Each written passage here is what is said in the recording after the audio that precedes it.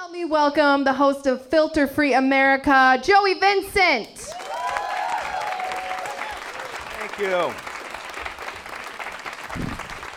How you doing, guys? Good. Little about me, I am a stand-up comedian with both a GED and a neck tattoo. That was my parents' reaction, too. Keep laughing, that's what it is. That kind of sends a message, doesn't it, when you know that about me, right? I think that message is, whoa, this guy makes really bad choices. That's the right message, that's what it is, right? Let's talk about those two bad choices. Number one, the neck tattoo. I got that way back when I was younger, back when I was making much worse choices. Like, I don't even remember the conversation that I had with the tattoo artist the day that I got it. I'm sure it was something like, "Excuse me, Mr. Tattoo Artist, how many future job opportunities can I ruin with $90? Oh, all of them? Put that bad boy on my neck. Let's go. Boom. Ready for life." Next one is the GED, right? Yeah. I lucked out on that one, right? Because I kind of got one of the two best jobs that you can get with the GED, and that's stand-up comedian, right? Yeah, you don't need a lot of education for that one. Yeah. If you want to know the second best job you can get with the GED, Carnival Carney. And I still got all 10 of my fingers, so I'm not even qualified for that job. Yeah. Funny story about the GED, though. I got the GED when I was living in the state of Alaska. When you live in the state of Alaska and you pass your GED test, whoever happens to be the governor of the state at the time signs your GED.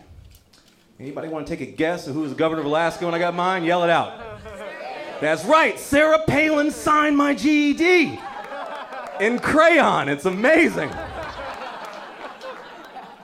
Don't ask me who signed hers. I don't have a fucking clue. I don't know.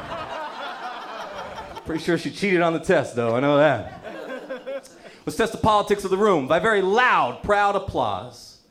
How many people in here are pro-marijuana? Couple of you? Okay. I don't have any jokes about marijuana. I just sell marijuana.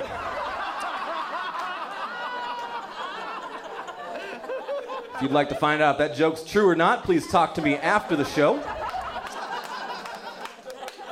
Some comedians sell t-shirts. I sell fat bags of chronic. That's what I do. Yeah. I'm going to assume everybody in the room here, you guys are all pretty much local people, right? Twin Cities area people. I live in Minneapolis. I'm from here. I actually live in North Minneapolis. That's where I live at, right? Yeah, whew, that's the right answer, yeah. Is everybody in here familiar with North Minneapolis? Right. By a show of guns, who's been to North Minneapolis? Put your pistols in the air. Whoop, whoop. There it is. Yeah, man. Yeah, I live in the worst part of North Minneapolis, too. Like, I live right dead center of the hood, right? Like, where I live at, we don't even have a neighborhood watch program. What we have is a neighborhood accomplice program. Yeah, how that works is if your neighbor looks out the window and they see you committing a crime, they just come out and give you a hand. That's how. Bend to the knees, Joey, that TV looks heavy. Thanks, T-Dog. Appreciate it. T-Dog is my real neighbor. It's on his mailbox. That's true. Something you'll see in North Minneapolis if you drive around the hood is you'll see a lot of graffiti on the walls and buildings. If you guys aren't familiar with what graffiti is, what it really is like a way for like a gang member or a drug dealer to mark their territory, right? So if you go through my neighborhood, you might see something like North Side Bad Boys. Spray painted on the wall, that's their block. Don't mess with it. Now another thing I mean I know is though, if you're to alter that graffiti, paint over it, change it in any kind of way, it's very disrespectful to the gang. Here's the problem. I'm a huge dick. I am, yeah. So if I see something like Northside Bad Boys spray paint on the wall, I'll grab my spray paint and go underneath it. Is having a circle jerk at the gay 90s. Bring your own lube. It's my joke about gang violence. You're welcome. You laughed at it. That's good. That's good. I'm gonna give you guys a fun fact that I learned the other day. It's gonna blow your mind. Some people have children on purpose. Right? That shocked the shit out of me too. Who the hell would do that? I thought I made bad decisions, right? Here's the deal. I don't have kids. I don't want kids. I never want to have a child because to me, having a child would be like going to prison for 18 years. Or if you have a kid like me, 32 years.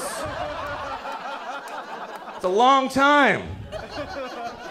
Right? And I'm sure there's parents in the audience. I mean, you guys know to be a good parent, you got to be forethoughtful to be a parent. You got to be able to plan for the future for your kids. Education expenses, medical expenses. I can't do that, right? I can't even do that for myself. Like my whole idea right now, planning for my future planning, lottery tickets. That's my plan, right? Yeah, you can't do that to your kid. You can't pull your kid to the side. Okay, Junior, Daddy hits his numbers, you get glasses. High five, little buddy. That's poor parenting. It's horrible parenting. By applause, how many people are parents in the audience? Do you hear how lazy and tired that clap was for fucking raising kids? Jeez. Help me out with this though, parents. What is that thing that I see parents sometimes carrying their newborn baby in? Kind of looks like a reverse backpack and the baby just hangs right here. What is that? Bjorn. Bjorn? That's a technical name for it? Okay. Explain this to me then. Why in my retarded comedian mind though, whenever I see a parent carrying their baby in one of those things, why is it that the first image that always pops in my head, bulletproof vest made out of baby? Why is that? That's a ridiculous thought, right? I mean, it's ridiculous because a baby's not going to stop a lot of bullets. It's not. Pretty sure that's been tested. I don't know. Can't tell by that joke. I hate children with a passion. I do. If you got kids, bring them to the next show. I'll kick them for you. I don't give a shit. Hate kids. Dude, man.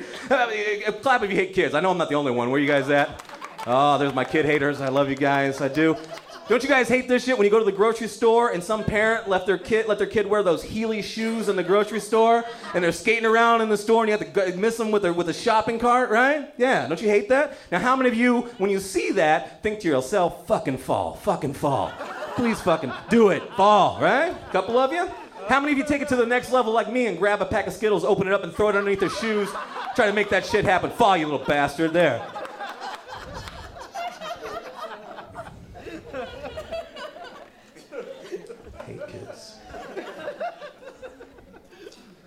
I gotta end on something relatable to you guys. I gotta find something the whole room is gonna side with me on to get out of here. See if you guys can relate to this. How many of you, when you were a child, walked in on your father masturbating? Just me and this guy? That's it, huh? You look like the type, I don't know. That changes the whole relationship between you and your father if that ever happens. It does, right? Like you can't respect the old man the same way anymore. You can't, he can't tell you to do anything, Go clean your room. Go jerk off, asshole. Wash your hands. Don't hug me. Telling mom. It's a bad experience, man. I don't think you guys are feeling my pain. Let me paint the picture a little clearer for you, okay? 9 years old, walked home from school, and when I walked in the room, my dad is going at it, okay? And when I say he's going at it, he is masturbating at a fever pitch, okay? And we're talking beads of sweat from all the concentration dripping down on his forehead, right? But the minute I walked in the room, he just froze, right? And then our eyes locked up. He's looking at me, I'm looking at him. He's looking at me, I'm looking at him. He's looking at me, I'm looking at him. Then he yells out, "Go to your room!" I'm like, "Dad, you're in my room. This is weird." Joke takes a dark turn, doesn't it? Sure does, just the way I like it. Let me tell you a story about writing that joke and I'm gonna get out of here. The day I wrote that joke, I was hanging out with a bunch of comedian friends in Uptown in Minneapolis. And whenever comedians get together, what they really end up doing is just end up kicking joke ideas back to each other, right? Trying to build our act and get it better, right? So I told that story, they thought it was hilarious. They said, write that down, so I did. I in my notebook, I wrote, "Catch Dad masturbating," right? I'm gonna talk about this on stage. Here's where things went awry. The waitress came to the table, starts to fill up my iced tea. You're with me, right? Yeah. Then I catch her out of the corner of my eye, reading my notebook, "Catch Dad masturbating." Right? Now, you remember that joke before when I said I was a dick? I'm still a dick in this one, too. Because I didn't try to explain it to her in any kind of way. I let her leave the table thinking whatever the hell she wanted to think about "Catch Dad masturbating." So in my mind, what I like to think happened was that she ran back to one of her co-waitresses or whatever, pulled her to the side and goes, "I just saw the most disturbing to-do list ever. Catch Dad masturbating, check that one off." My name's Joey Vincent, guys. Thanks a lot.